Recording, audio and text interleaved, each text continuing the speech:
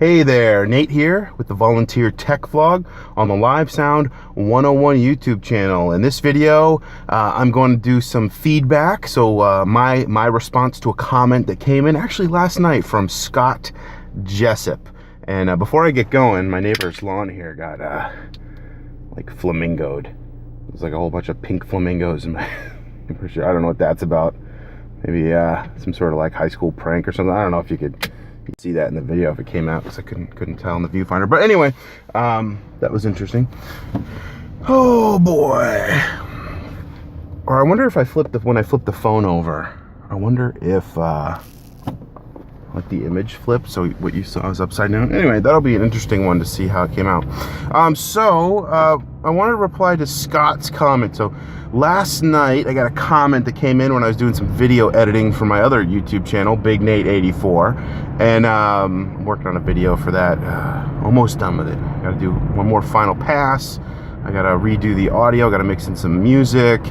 It's taken hours and hours to do this video. I think I'm up to like 12 hours now, just in post-production. So it's tough to find time to do that, but I try to carve out, a couple hours here, a couple hours there after the kids go to bed. But anyway, so it's interesting. It's ironic that this comment came in when it did. So I got a comment from Scott, and he says, isn't it ironic that you're teaching, these instructional videos about how to do recording and audio and things like that? I'm paraphrasing. Yet you're not recording audio separately along with the video, kind of, LOL. And interesting points though. So that was his comment. And boy, I have a lot I could talk about with that, especially in the context of my other channel, Big Nate 84. So first, let's start there. So what my first response is fair point. So interesting that I'm not recording audio separately. So when I first began this channel about live sound, of this volunteer tech vlog on the Live Sound 101 YouTube channel, when I first began it, the whole reason behind it was because I did not have any time. I love to create content, and I just didn't have time to do the post-production and do the editing, and make it, as high a quality as I know it can be. So I thought, well, let me come up with a workflow that, yeah, I'd sacrifice quality because there's going to be road noise. It's not going to be produced. It's going to be one take, maybe two takes, and I'll just, splice something, one edit, splice two clips together and put it up at the most. And it really, this channel, what I'm doing here, I've created over 150 videos now, just when I'm driving to work or to church or doing live sound or whatever. This whole channel, the only reason it exists is because the workflow was intentionally set up to be minimalistic, because I just don't have time in the day to set things up, do really nice recordings, and to crank out like 2 videos per week. It just wouldn't happen. So what I'm doing here, this whole project is centered around a simplistic workflow that is intentionally not going to be high quality. So that's that. And but I do get your point. And to bring it back into the context of my first YouTube channel, which I started in 2011, that is the Big Nate 84 YouTube channel. Now that one is up to 8,000 subscribers and over 3.2 million views, but I only have like 85 videos because I try to edit these things. I do lots of cuts, I do lots of visuals on screen, lots of text on screen, lots of photo editing and inserting like PNG picture files with transparent backgrounds into the video to help explain what the message I'm trying to explain. So it wouldn't be uncommon for a video to take 12 or 16 hours just to do some editing and make it sound really good. Now, not all my Big Nate 84 videos have really good audio, but as they progressed, they kept getting better and better as my equipment got better. So this is one of those things where once you've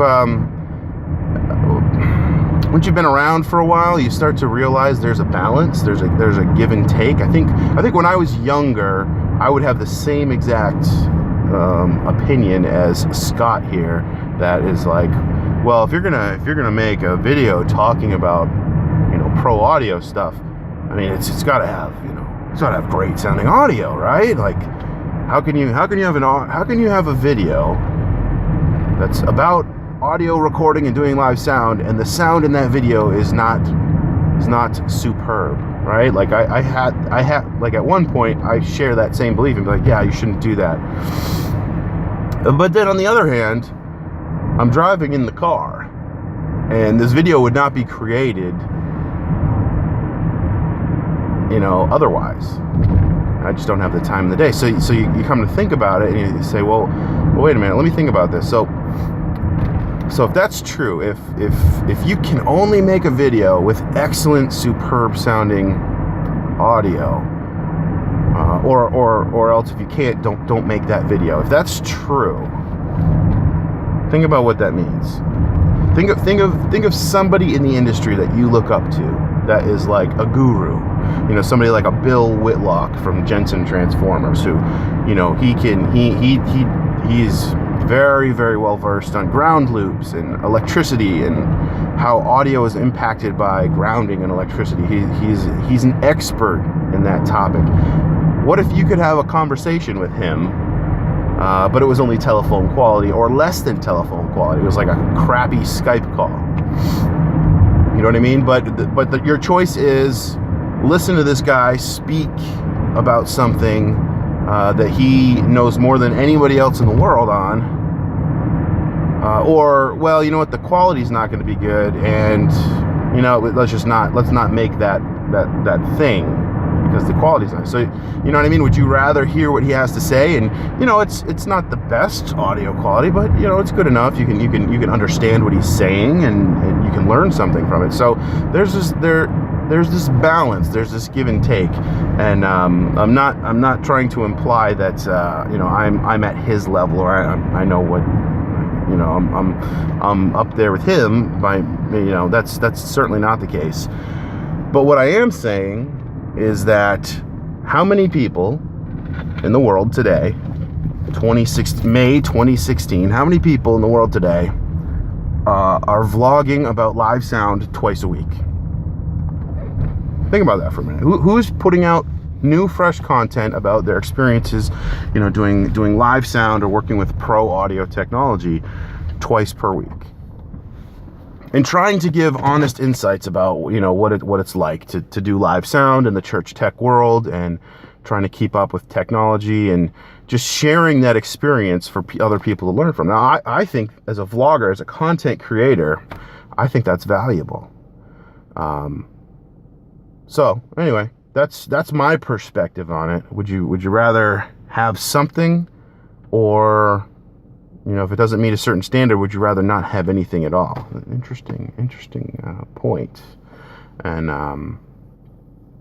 yeah, there's a lot I could expound upon on that, but I have arrived, so I'm gonna go now.